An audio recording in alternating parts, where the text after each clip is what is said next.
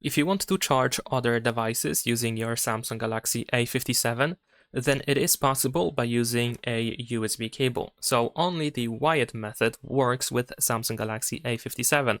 Unfortunately, the reverse wireless charging is not available on this phone. So how you can charge other devices with a USB cable? It is pretty simple. You just connect the cable to your phone and then to the other device that should be charged. So let's say I'm gonna use my other smartphone over here. There we go. And sometimes when you connect both smartphones specifically, then your Samsung Galaxy A57 might be the one that is being charged. In order to change that, you just have to go to notifications and then you will find USB for charging phone.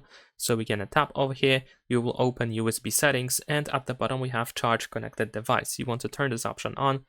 And there we go, now I'm actually charging that other device. Of course, another smartphone is just an example. You can also charge, for example, Bluetooth devices if they have USB port.